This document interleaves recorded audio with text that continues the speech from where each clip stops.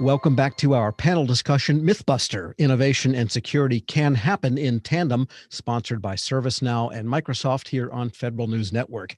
My guests today are Kevin Brooks, the Principal Digital Strategist for DoD and U.S. intelligence communities at ServiceNow. Susie Adams is the Chief Technology Officer for Sales at Microsoft Federal. Dr. George Duchak is the Chief Information Officer of the Defense Logistics Agency. Robert Hankinson, Director of Information Technology Infrastructure at the State Department, and Martin Stanley, Branch Chief for Strategic Technology and at the Cybersecurity and Infrastructure Security Agency. I'm your moderator, Tom Temin. And let's get into some of the down and dirty details here, because it comes down to devices. I once heard a famous CIO say the reason people have devices is to run software.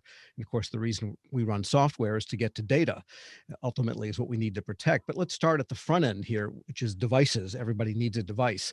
And in the hybrid, sometimes in, sometimes out, sometimes in Europe, sometimes in Africa, sometimes in the US, wherever it might be, what is the device strategy, especially as people demand or at least crave the BYO approach in the 21st century. And I'm going to start with the Defense Logistics Agency. George, do you have a BYO strategy? If not, what is the device strategy? And how do you go about reconciling devices and ease of use and security with all the software that has to run on devices now? Yeah, good question, Tom. We've had a BYO strategy for a number of years now. We operate a virtual desktop environment, VDI, and you couple that with a BY, bring your own device, and basically your own device is just a dumb terminal that sits in your house and connects to our data center, so you can run all our DLA applications, all the data. Nothing sits on your own device. Everything is resident in the data center. With our VDI, we've just started to transition to, that you got Susie on the call today, to Azure VDI in the cloud. So we're just moving that. We've got maybe a third of our workforce moved to that, and we're seeing some performance improvements. Because one of the criticisms we got with VDI infrastructure, or VDI, as well as BYO infrastructure, is that the latency is sometimes a little troublesome for folks, but we're working on improving that as well. So yeah, we've had this strategy for a number of years, and well, I won't say we're not considering changing, because we do have a summer study that kicked off about a month ago to see if VDI is still the right approach for us, given that you trade off security against latency, basically. But we'll see in September when the study reports out which way we're going. So.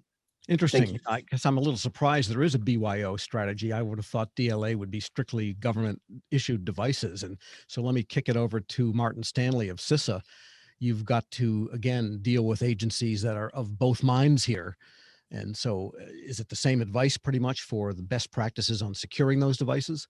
Yeah, so I think a lot of the things that we're talking about, the VDI, those are some of the older kind of ways of doing BYO, and I think folks are going to be looking to be more native with their devices, and that's going to pose some other challenges, but I think there's some opportunities around that. These determinations, can you do bring your own device and that kind of thing, those ultimately have to be risk based, right? We've got to make a determination. There's going to be certain workloads that are probably always going to be on GFE. But as we look at some of the other things, maybe not, calendaring, messaging, things along those lines. So we need to have infrastructure that supports that, and that's where these zero trust principles and the infrastructure that we're putting in place are going to potentially enable that. But I would just keep going back to it's got to be a risk-based determination. There's not a one size fits all, and we have to support all kinds of stakeholders that are going to be doing things very, very differently. And the last point that I would make is I think the heavy lift to enable remote workers or whoever it may be to use their own devices was moving to cloud-based applications and cloud-based environments, because that solves your access problem. Having to get everyone in through a VPN or everybody in through dial-up telephone lines I used to install back in the day, right? Those challenges, I don't think are things that you're facing when you're in the cloud. So this gets at how do we authenticate, how do we protect data, how do we segment particular workloads, and how do we do it in a way that we can demonstrate that there's security, because at the end of the day, those now are not our environments.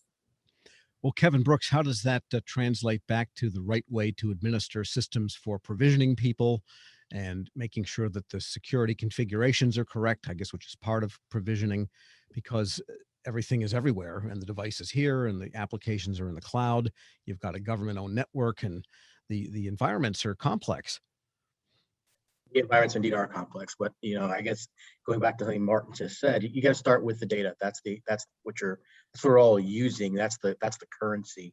So you start by securing the data. You build the right security features around that. You make sure your accesses are tight. Then you build that into a secure access point into the cloud. So then you secure that piece. So it's just like, it's layered defense. It's nothing different than when we were physically securing things in a combat environment. You're now just doing them digitally. So it's that layered levels of defense.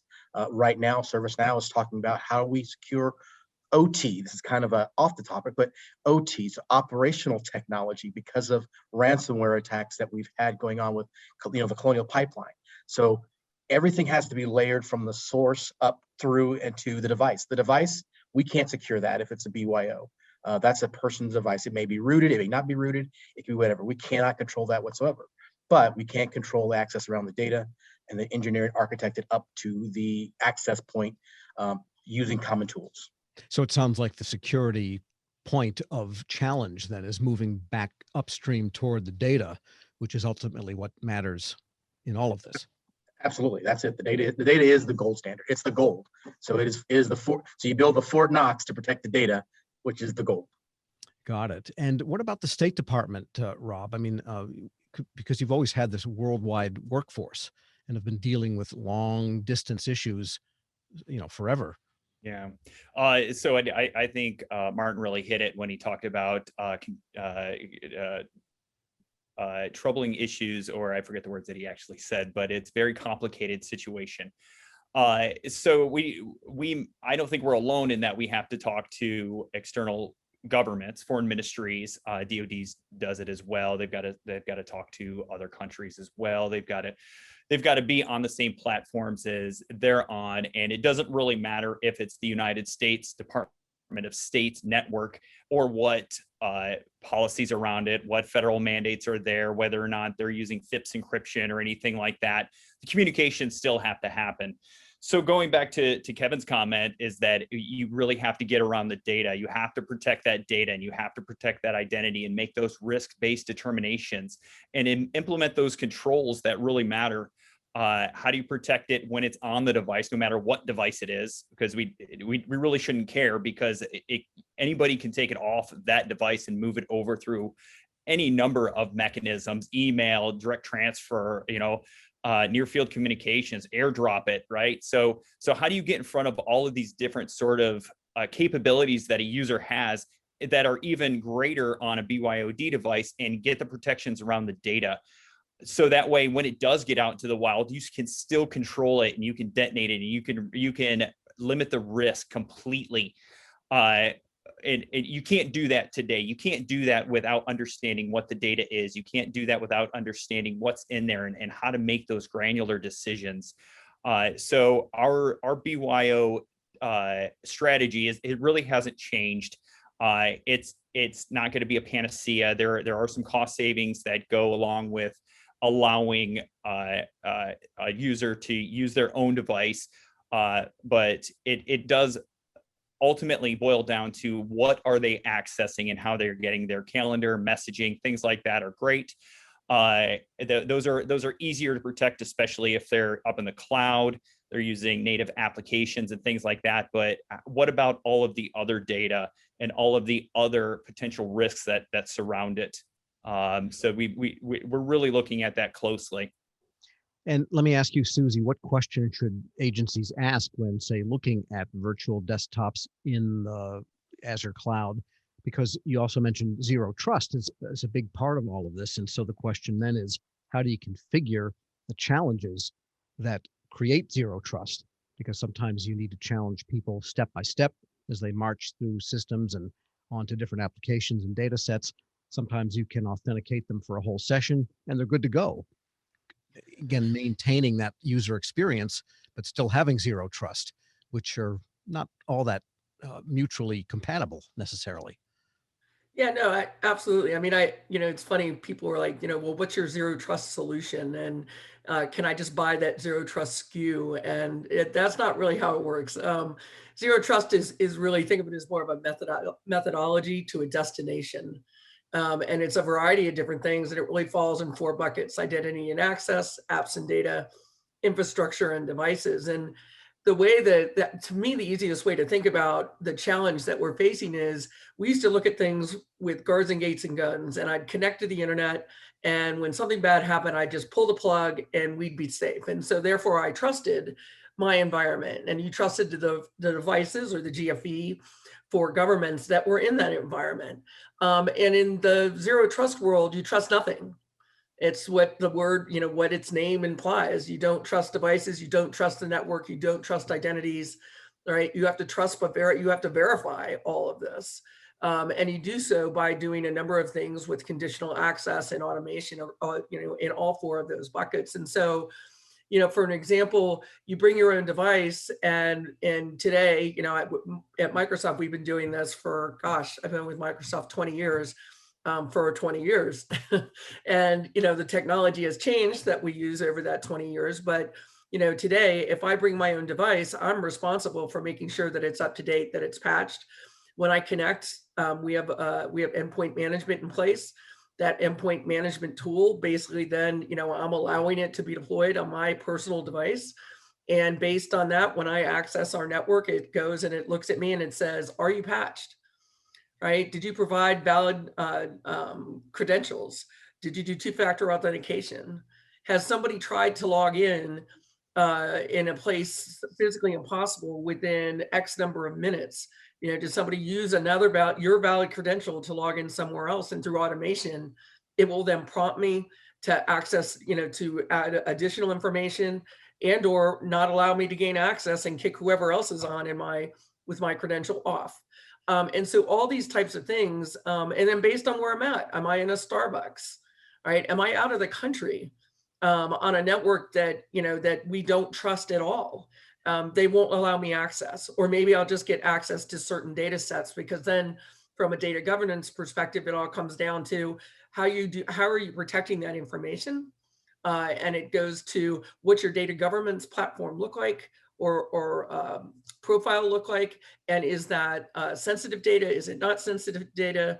And so there's a lot of moving pieces to what a zero trust architecture should look like for agencies. And I think the good news here is, I really love the zero trust docs that CISA has put out there. Thank you very much.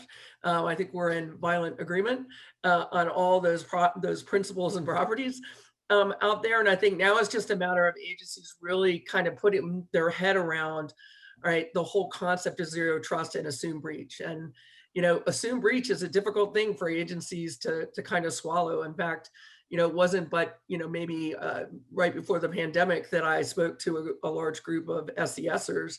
And I said, you're going to have to assume breach. And they stopped me mid a presentation and said, I'll be fired. And I'm like, well, then you probably should be fired, because you better assume breach, because everybody needs to assume breach. I mean, we couldn't be more clear than what's happened during the pandemic. And so to companies like Microsoft, who spends significant amounts of money on artificial intelligence and cybersecurity protections.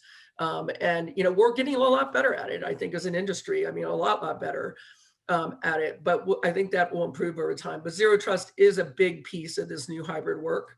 It won't work unless agencies adopt zero trust and new hybrid work tools moving forward. And Martin, Susie lined out quite a number of pieces and moving parts to the whole zero trust approach. As she said, it's not a thing you buy and install, but it's more a matter of lots of configurations, lots of challenge questions, lots of hurdles, like are you vaccinated and wearing a mask? Are you completely patched and updated on your device? That's kind of the parallel question. So my question is, can all of this be configured and orchestrated in such a way as to save everybody lots of work, both the user and, for that matter, the people administering systems? Sure. So first of all, Susie, thank you for pointing out the work that we've been doing. Appreciate that. And I think you certainly brought up a number of good points. In particular, that it's not a tool that you go out and buy and you achieve an end state of zero trust, right? It's an approach, and it's a continuous review of how you're doing and making sure that you've made the right decisions around the application of what are generally already existing capabilities that folks have. Most everyone has an identity management system. Most everybody has some kind of data protection approach. They secure their devices, they patch. You've got all these different kinds of security tools, and it's just a different way of orchestrating them in a way to provide the protection against what is going to happen if you're not already compromised.